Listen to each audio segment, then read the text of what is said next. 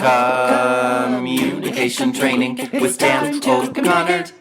Hi everybody, this is Dan O'Connor, and I was putting together just now a webinar that's coming up about dealing with passive-aggressive communicators like the sniper and the gossip, and I thought, I bet you guys would enjoy this quick tip. So I'm going to give you a quick two-step process for dealing with the judge. Remember that the judge is that person who likes to make judgments of you, your coworkers, your family, and remember that what gets rewarded gets repeated. I don't want to reward people who judge, and we reward them in many different ways. Sometimes it's simply letting their behavior slide. Sometimes it's engaging with them as they judge others, or even when they judge us.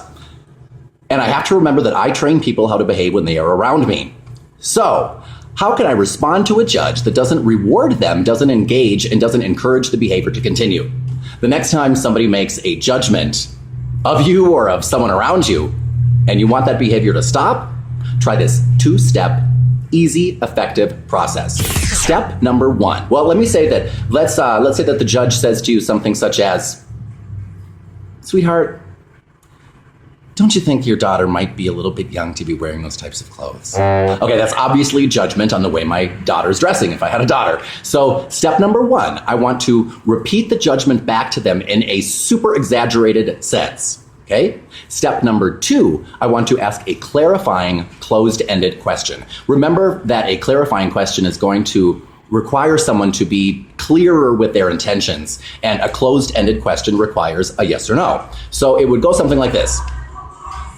"Susan, when you say that you believe my daughter's dressing inappropriately for her age, are you saying that she's deliberately trying to dress like a prostitute to gain attention from men?"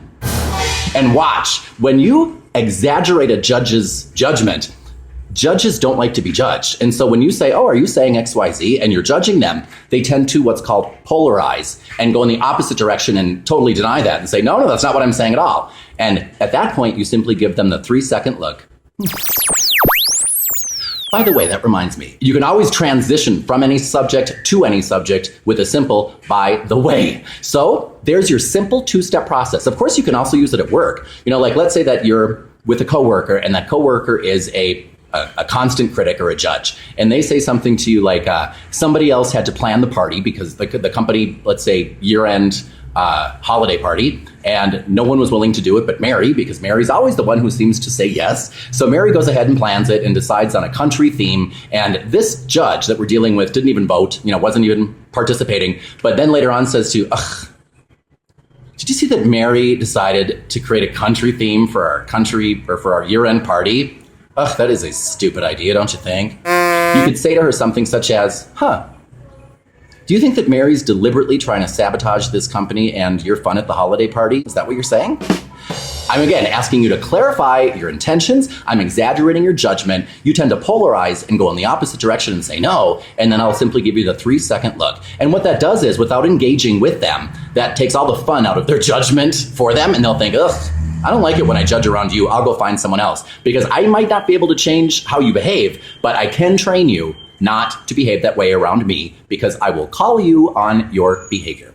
So there you go. Simple 2 steps. Number one, exaggerate the judgment and repeat it back. And when you practice it, there's lots of fun ways to exaggerate judgments. Like when my mother, for example, says, "Oh, Dan, why did you cut your hair so short? You just look so..." I can say, "Mom, are you saying that I'm trying to make myself ugly for the world just to aggravate you?" Now, of course, my mother would say something like, "Yes, I believe you're doing that," but that's my mom. So the next time you are judged, remember 2 quick, easy steps. Step number 1, repeat back the judgment in an exaggerated sense. Step number 2, ask a clarifying, closed-ended question. Watch the results, you'll love them. Stop by DanO'ConnorTraining.com.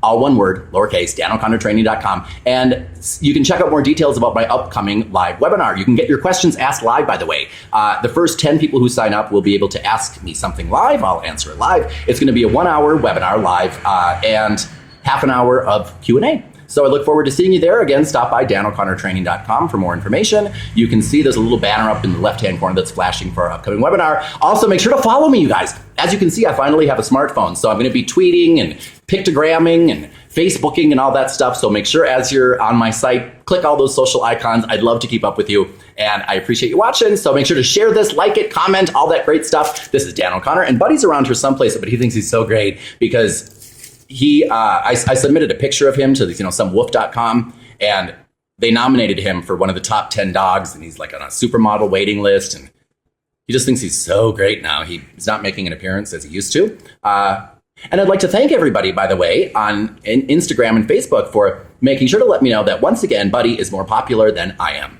I appreciate that. Thanks a lot. This is Dan O'Connor, signing off.